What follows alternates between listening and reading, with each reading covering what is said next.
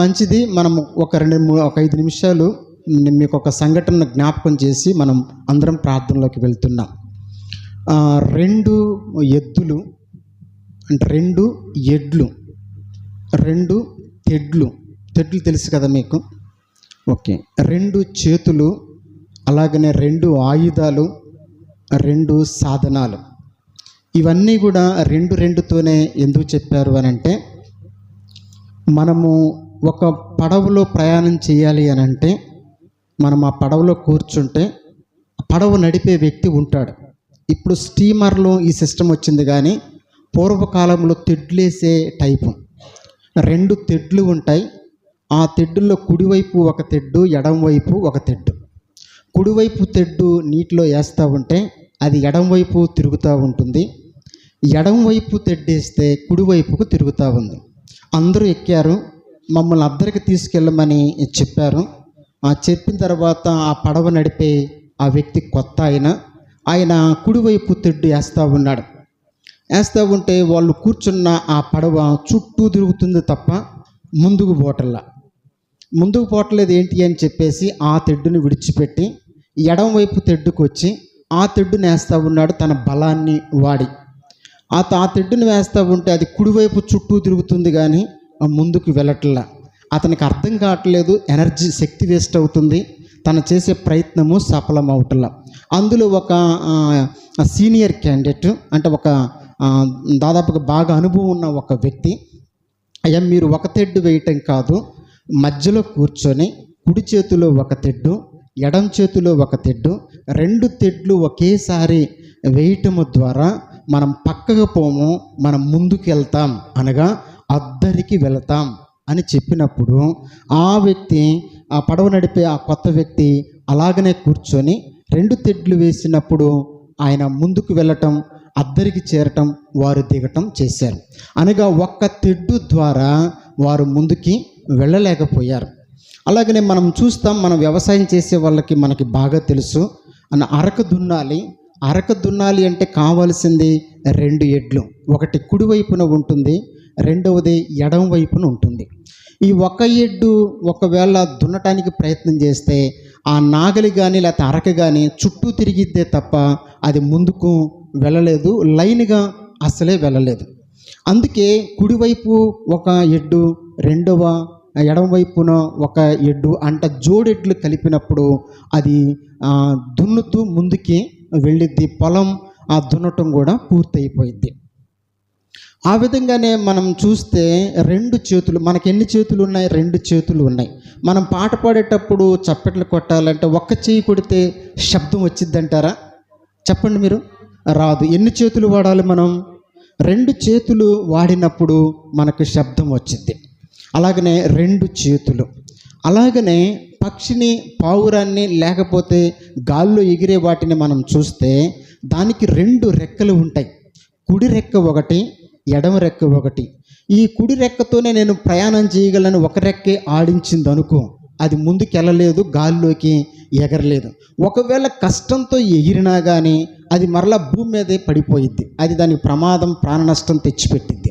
అలాగనే 2వ రెక్క ఎడమ రెక్క మీద నుంచే వెళ్దాం అని ఒకవేళ అనుకుంటే అది కూడా ముందుకు వెళ్ళలేదు, గాలిలో ఎగరలేదు. అంటే అప్పుడు ఏం కావాలి? అది గాలిలోకి ఎగరాలన్నా, వాటి పిల్లలకు ఆహారం సంపాదించాలన్నా, అది ఎక్కడికి వెళ్ళాలో అక్కడికి వెళ్ళాలన్నా దానికి 2 రెక్కలు అవసరం. అంటే కుడి రెక్క ఒకటి, ఎడమ రెక్క ఒకటి అవసరం. ఆ 2 రెక్కలు. అలాగనే దేవుడు మనకి 2 ఆయుధాలు, 2 సాధనాలు ఇచ్చాడు. 2 ఎడ్లు పొలానికి ఎలాగ అవసరమో, పడవ నడపడానికి 2 తెడ్లు ఎలాగ అవసరమో, పక్షి పైకి ఎగరటానికి 2 రెక్కలు ఎలాగ అవసరమో, చప్పెట్లు కొట్టడానికి, శబ్దం రావడానికి 2 చేతులు ఎలాగ అవసరమో, అలాగనే దేవుడు 2 ఆయుధాలు, 2 సాధనాలు ఇచ్చాడు. అలాగనే మన విశ్వాస జీవితంలో, ప్రార్థనలోను దేవుడు నువ్వు చేసే విజ్ఞాపనలను, విన్నపాములను పొందుగా దేవుని దగ్గర నుంచి ఆశీర్వదించబడటం నిమిత్తం మనకు కూడా 2 ఆయుధాలు ఇచ్చాడు. ఆ 2 ఆయుధాలలో మొదటిది అనగా ప్రార్థన, రెండవది విశ్వాసము. కుడివైపున తెడ్డు ప్రార్థన అయితే ఎడంవైపు తెడ్డు విశ్వాసము. ఆ 2 ఉన్నప్పుడే ఆ పడవ అద్దరికి చేరింది. అలాగనే గాలిలో పక్షి ఆహారం కొరకు ఎగురుతున్నప్పుడు కుడివైపు రెక్క విశ్వాసం అయితే ఎడమవైపు రెక్క ప్రార్థన. ఆ రెండు ఉన్నప్పుడే అది పైకి ఎగరగలిగింది. ఆ విధంగానే పొలాన్ని దున్నటానికి, వ్యవసాయం చేయడానికి కుడివైపు ఒక ఎద్దు, ఎడంవైపు ఎద్దు ఉన్నప్పుడు ఎలాగైతే పొలం దున్నిందో, కుడివైపు ఎద్దు ప్రార్థన అయితే ఎడంవైపు ఎద్దు విశ్వాసం. ఇప్పుడు ఎద్దులు పొలం దున్నగలిగాయి, పక్షి పావురము పైకి వెళ్ళగలిగి ఆహారాన్ని సంపాదించుకోగలిగింది, పడవలో కూర్చున్నవారు అద్దరికి వెళ్ళగలిగారు. ఇప్పుడు సియోను సంఘంలో అనగా యెహోవా మందిరంలో ఉన్న మనమందరము దేవుని యొద్దకు వెళ్ళి దేవుని యొద్ద నుంచి ఆశీర్వాదాన్ని పొందుకోవటానికి మనకు కావలసింది 2 ఆయుధాలు లేదా 2 సాధనాలు. ఆ 2 సాధనాల పేరే ఒకటి ప్రార్థన అయితే మరొకటి విశ్వాసము. ఈ రెండిటిని మనము సమపాలలో పొందుకొని ఈ స్థలం నుంచి మనం వెళ్ళుదుముగాక. ఆ విధంగా పక్షి ఎలాగైతే పైకి ఎగిరిందో, ఈ ప్రార్థన, ఈ విశ్వాసము ద్వారా దేవుని యొక్క ఉన్నతమైన స్థాయిలో ఉన్నతమైన బహుమానాల కొరకు మనము ఆకాశమందున్న దేవుని యొద్ద నుంచి బహుమానాలు కూడా మనం పొందుకోవటానికి ఈ ప్రార్థన, ఈ విశ్వాసము ఉపయోగపడుతుంది. ఒక గుడ్డివాడు ఉన్నాడు యెరికో పట్టణము దగ్గర. ఈ యెరికో పట్టణము దగ్గర గుడ్డివాడు ఉన్నప్పుడు యేసుక్రీస్తు ప్రభువారు వస్తున్నారు. యేసుక్రీస్తు ప్రభువారు ఆ త్రోవలో వెళ్తూ ఉన్నప్పుడు వాడు చిన్నప్పటి నుంచి గుడ్డివాడు కాబట్టి, వాడు చూడలేడు కాబట్టి, చీకటి తప్ప వెలుగు తెలియదు కాబట్టి ఆ గుడ్డివాడు అడుక్కోవటం ప్రారంభించాడు. ఏమని అడుక్కుంటున్నాడంటే, అయ్యా నా పోషణ నిమిత్తం నేను పని చేసుకోవటానికి మీలాగా కళ్ళు లేవు, నాకు చీకటి తప్ప నాకు వెలుగే కనపడదు, ఎవరన్నా పట్టుకుని నడిపిస్తే తప్ప నేను ముందుకు వెళ్ళలేను కాబట్టి మీకున్న డబ్బుల్లో కొంత నాకు సహాయం చేస్తే నేను కూడా మీలాగే పోషించబడతాను అని అడుక్కుంటా ఉన్నాడు. అడుక్కుంటా ఉన్నప్పుడు అడుక్కునే జీవితం చాలా సంవత్సరాలు గడిచిపోయాయి. ఇక జీవితం మారదా, ఇక జీవితం ఇంతేనా, ఇక ఇందులో మార్పు రాదా అని ఒక నిరాశ నిస్పృహల్లో బ్రతుకుతున్నాడు ఆ గుడ్డివాడు. అలాగూ బ్రతుకుతా ఉన్న ఓకే మీరు అలాగూ బ్రతుకుతా ఉన్నప్పుడు మీరు కొంచెం వెనక్కి కూర్చుంటారు, మీ ముగ్గురు వదిలి కూర్చుంటారు. అలాగూ బ్రతుకుతా ఉన్నప్పుడు యేసుక్రీస్తు ప్రభువారు ఆ దారిన వస్తున్నాడు. ఆ దారిని వస్తున్నప్పుడు అక్కడ మనందరికీ తెలిసిన ఒక సంఘటన. ఏం చేశాడు ఆయన అంటే, దావీదు కుమారుడా నన్ను కరుణించుమని కేకలు వేయసాగెను అని ఉంది. కేకలు వేస్తున్నాడు. కేకలు వేయటం అనేది ప్రార్థన. ఈ కేకలు ఎక్కడికి చేరాయి అని అంటే, నడిచి వెళ్ళిపోతున్న యేసుక్రీస్తు ప్రభు యొద్దకు చేరాయి. యేసుక్రీస్తు ప్రభు వారు ఒక్కడే వెళ్ళటం లేదు, ఆయన వెనకాల శిష్యులు ఉన్నారు, శిష్యులు వెనకాల జన సమూహం ఉన్నారు, అంతా సందడిగా ఉన్నారు, ఆ కోలాహలంగా ఉంది. అందరం మాట్లాడుకుంటూ వెళ్తున్నప్పుడు ఒక కేక అంతమంది మాటలను దాటి ముందున్న యేసయ్య యొద్దకు వెళ్ళాలి అని అంటే అది చాలా కష్టంతో కూడుకున్న పనే. అయినప్పటికీ కూడా అతను ఏం చేస్తున్నాడంటే, దావీదు కుమారుడా నన్ను కరుణించుమో అని కేకలు వేస్తున్నాడు. అది వినపడిద్దో లేదో తెలియదు కాబట్టి వినపడే అంతవరకు వేస్తూనే ఉన్నాడు. ఆయన గొంతు ఎంతుందో, ఎంత గొప్పగా మాట్లాడగలడో, ఈ ఒక్క అవకాశాన్ని విడిచిపెట్టుకోకూడదని ఎరిగి పిలుస్తున్నాడు, దావీదు కుమారుడా నన్ను కరుణించుము అని. అలాగూ కేకలు వేస్తున్నప్పుడు ఎన్నిసార్లు కేకలు వేశాడు అక్కడ కౌంటు లేదులే, కానీ అక్కడ యేసయ్యతో పాటు యేసయ్యకు ఆ మాటలు వినపడిన తరువాత ఆయన కొంతమంది శిష్యులను పంపించి అతన్ని పిలుచుకొని రమ్మని చెప్పినప్పుడు 2 శిష్యులు వచ్చి అడుక్కుంటున్న అతన్ని, నువ్వు భయపడవద్దు, యేసయ్య నేను పిలుస్తున్నాడు అని చెప్పే అంతవరకు కూడా ఆయన కేకలు వేస్తూనే ఉన్నాడు. అంటే జవాబు వచ్చే అంతవరకు కూడా ఆయన కేకలు వేస్తూనే ఉన్నాడు. ఆయన వచ్చిన తర్వాత యేసయ్య దగ్గరకు ఆ వ్యక్తులు తీసుకుని వెళ్ళారు. యేసయ్య వద్దకు తీసుకుని వెళ్ళిన తరువాత ఏమని మాట్లాడుతున్నారంటే, యేసుక్రీస్తు ప్రభు అంటున్నాడు, నా నుంచి నువ్వు ఏం కావాలని కోరుకుంటున్నావు అని అంటే, అయ్యా నాకు చూపు లేదు, నాకు విశ్వాసం ఉంది నువ్వు చూపిస్తావని, నువ్వు మగవాళ్ళు నీ దగ్గరకు వస్తే మాటలు వచ్చాయి, గురుటి వారిని యొద్దకు వస్తే చూచారు, చనిపోయిన వారిని దగ్గర తీసుకొస్తే లేచారు. అలాగనే దీర్ఘకాలిక వ్యాధులు కలిగిన వారందరూ స్వస్థత పడ్డారు. విడుదల లేని దెయ్యం పట్టిన వాడు సైతం కూడా విడిపించబడ్డాడు. కాబట్టి నీవు నాకు కళ్ళు ఇస్తావు, నాకు చూపును అనుగ్రహిస్తావు అని నమ్ముచున్నాను అని అన్నప్పుడు యేసయ్య ఏమన్నా, నీ విశ్వాసమును బట్టి నీకు ఈ కార్యము జరుగును గాక, లేకపోతే ఈ విశ్వాసమును బట్టి నువ్వు చూపు పొందుదువు గాక అనగానే వాడు దృష్టి పొందిన వాడై యేసయ్యతో పాటు వెళ్ళాడు. యేసయ్యతో పాటు వెళ్ళిన తర్వాత ఇక్కడ 2 కార్యాలు జరిగాయి ఆ గురుడివాడిలో. ఒకటి ప్రార్థన ఉంది, రెండవది విశ్వాసము ఉంది. ప్రార్థన ఏమో యేసయ్య దగ్గరకు చేరేటట్లుగా, ఈ వ్యక్తిని తీసుకుని వెళ్ళేటట్లుగా చేసింది. విశ్వాసమేమో ఎన్నో సంవత్సరాల నుంచి చూపు లేని ఆ వ్యక్తిని చూపు పొందుకునేటట్లుగా చేయగలిగింది. ఒకవేళ ప్రార్థన ఆ విశ్వాసము 2 కలిసినప్పుడు అద్భుతమైన కార్యాన్ని దేవుడు అతని ఎడల జరిగించాడు. సోదరి, స్నేహితుడా, ఆకాశ పక్షి పైకి ఎగరాలి అని అంటే 2 రెక్కలు ఎలాగ అవసరమో, పడవ అద్దరికి చేరాలి అని అంటే 2 తెడ్లు ఎలాగ అవసరమో, పొలం దున్నాలి అని అంటే 2 ఎడ్లు ఎలాగ అవసరమో, చప్పెట్లకు శబ్దం రావాలి అంటే 2 చేతులు ఎలాగూ అవసరమో, ఈరోజు ఈ ఉపవాస ప్రార్థనలో ఉన్న మనము నీ జీవితంలో, నీ పిల్లల విషయంలో, అలాగనే నీ కుటుంబ విషయాల్లో, ఈ ఆర్థిక విషయాల్లో, అప్పు సమస్యల్లో ఎలాంటి స్థితిలో ఉన్నా కానీ ఆ కార్యము సఫలం అగుటకు నీకు విశ్వాసము, ప్రార్థన అంతే అవసరం.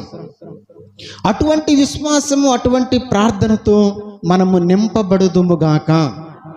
ఒకరోజు చిన్న మాట చెప్పి నేను ముగిస్తాను. ఆదిమ్మ గారిని ఒక ఆవిడ ఉన్నారు. ఆవిడకి 6 గేదెలు ఉన్నాయి. ఈ 6 గేదెలు పాలు పితుక్కుంటూ అమ్ముకుంటా ఉంది. ఆవిడ జీవన విధానాన్ని కొనసాగిస్తుంది. అలాగూ ఆయన జీవన విధానాన్ని కొనసాగిస్తున్నప్పుడు ఆ ఊరిలో పాలు అమ్మటమే కాకుండా పక్క ఊరు ఉంది, ఒక కాలువ ఉంది. ఈ కాలువ దాటితే పక్క ఊరే, అక్కడే ఎక్కువగా పాలు అమ్ముతూ ఉంటుంది. ఈ కాలువ దాటిపోవాలంటే ఏమంటారంటే బల్లకట్టు అంటారు. ఈ బల్లకట్టు మీద నుంచి ఈ ఒడ్డుకి ఆ ఒడ్డుకి తీసుకుంటూ వెళ్తూ ఉంటుంది. ఒకవేళ ఈవిడ పాలన్నీ రెడీ చేసుకొని బల్లకట్టు కోసం చూస్తున్నప్పుడు ఏం జరుగుతుంది అని అంటే, ఆ బల్లకట్టు అవకడ అంటే ఆ ధరిని ఉండేవాడు, ఆ ధరి నుంచి ఈ ధరికి వచ్చేసరికి చాలా ఆలస్యం అవుతూ ఉండేది. ఈవిడికి ఆ ధరిన ఉన్న ఒక దైవజనుడికి పాలు పోస్తూ ఉండేది.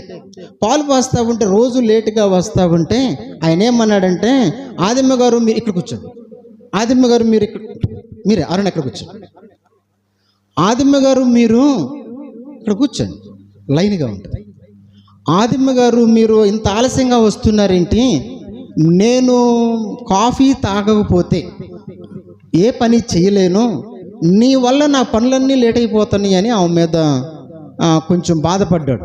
అప్పటి నుంచి ఏమనుకుందంటే, ఎలాగైనా సరే తొందరగా రావాలని ఎంత ప్రయత్నం చేసినా పాస్టర్ గారు, నాకు ఆ బల్లకొట్టుడు అవకడున్నాడు, అంటే అవకడంటే ఆ ధరని ఉన్నాడు, ఆ ధర నుంచి ధరికి వస్తే తప్ప నేను రాలేకపోతున్నాను అంటే ఆయన ఏమన్నాడు, నువ్వు ప్రార్థనకి వెళ్తున్నావు, ఆ మాత్రం విశ్వాసం లేదా నీకు? ఆ పేతురు నీటి మీద నడిచాడు, షడ్రక మెషక అబేద్నెగో నుప్పుల్లో నడిచాడు, నువ్వేంటమ్మా బల్లకట్టు కోసం చోట నీటి మీద నడుచుకుంటే రావచ్చు అని విశ్వాసం ఏమైనా అల్పమైందా అని చెప్పేసి కొంచెం ప్రసంగించాడు కొద్దిగా భావోద్రికంగా.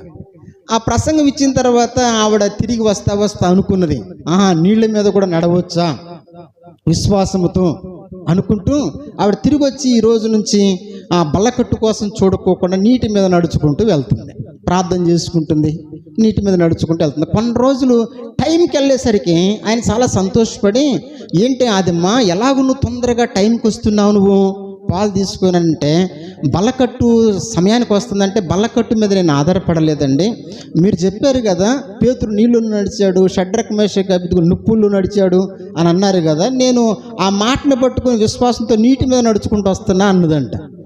ఒకేసారి ఆశ్చర్యపోయి, ఇది నిజమా అబద్ధమా ఏమైనా పరీక్షించాలని చెప్పేసి నేను కూడా నీతో పాటు వస్తాను, ఎట్లా నడుస్తున్నావో నాకు చూపి అని ఇద్దరు కలిసి ఆ కాలువ దగ్గరికి వచ్చారు. వచ్చిన తర్వాత ఆదిమ్మ గారు ప్రార్థన చేసుకొని మామూలుగా నీటి మీద నడుచుకుంటూ వెళ్తుంది. వెళ్తుంటే పాస్టర్ గారు చూసి, అరే ఆదిమ భలేగా నీటి మీద నడుచుకుంటూ వెళ్తుంది ఏంటి, నేను కూడా ప్రార్థన చేసుకుని నడవాలా అని చెప్పేసి కొన్ని వాక్యాలు అవన్నీ జ్ఞాపకం చేసుకొని తను వేసుకున్న ఆ ప్యాంటు ఆ పైకి లాక్కొని ఆ నీటి మీద నడుద్దామని నడిచేసరికి కొద్ది దూరం రాగానే ఆ నీళ్ళల్లో మునుగుతున్నాడు. ఆదిమ్మ ముందుండే ఆదిమ్మతో ఆదిమ్మ ఏంటి నేను మునిగిపోతాను, నువ్వు భలే నీళ్ళ మీద నడుస్తున్నావు అని అంటే ఆవిడ అన్నది, నువ్వు మునిగిపోతావని నాకు తెలుసు మాస్టర్ గారు. అంటే ఎట్లాగ నువ్వు అనుకున్నావంటే, నువ్వు ప్యాంటు పైకి ఎత్తినప్పుడే అనుకున్నా తడిసిద్దని. అంటే తడిసిద్ది అంటే నా అర్థం ఏంటి, నీళ్ళలో మునుగుతాననే కదా, నీలో అవిశ్వాసాన్ని బట్టే నువ్వు మునిగిపోతున్నావు అని చెప్పేసరికి ఆ దైవజనుడు నేనంత అల్ప విశ్వాసం లేనివాడనా అని సిగ్గు తెచ్చుకున్నాడంట. ప్రియమైన సోదరి సంగమ, దేవుడు నీ జీవితంలో ప్రతి కార్యమును జరిగించుటకు 2 ఆయుధాలు కావాలి. 1 చెప్పండి, ప్రార్థన. 2 విశ్వాసం. 2 చేతులు మీకున్నాయా? ఎంతమందికి 2 చేతులు ఉన్నాయి? ఒకసారి చూపించండి 2 చేతులు. రైట్, మీ కుడి చేతిని చూపించండి. ఎట్లా? దీని పేరు ప్రార్థన. అయితే ఎడం చెయ్యి చెప్పండి, చూపిద్దాం. ప్రార్థన ఒకటైతే, ప్రార్థన అన్నప్పుడు కుడి చేతిని ఎత్తుదాం. అన్ని చేతులు ఉన్నాయా? లొక్క చేతులు ఉన్నాయి. ఎక్కడ లొక్క చేతులు ఉంటే దించండి, మంచి చేతులు ఉంటే పైకి ఎత్తండి. రైట్, ఇది ఏంటది?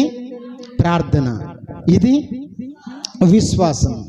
ఈ 2 చేతులు కలిపినప్పుడు శబ్దం ఎలాగైతే వస్తుందో, ఈ ప్రార్థన విశ్వాసము కలిసినప్పుడు ఆ గుడ్డివాడి జీవితంలో ఆశ్చర్యమైన కార్యాలు, అద్భుతమైన కార్యాలు జరిగినట్టుగానే దేవుని వాక్యోపదేశము ద్వారా దేవుని యొక్క సంఘములో ఉన్న మనము ప్రార్థన ద్వారా పురిగొల్పబడి విశ్వాసము ద్వారా నింపబడి యెహోవా కార్యాలు మన కొరకు సిలువ వేయబడిన యేసుక్రీస్తు ప్రభు చేసిన అనేకమైన పునరుద్ధరణే తిరిగి లేచిన యేసుక్రీస్తు ప్రభు యొక్క కార్యాలన్నీ కూడా మనము ఆయన యొద్ద నుంచి పొందుకుందుముగాక.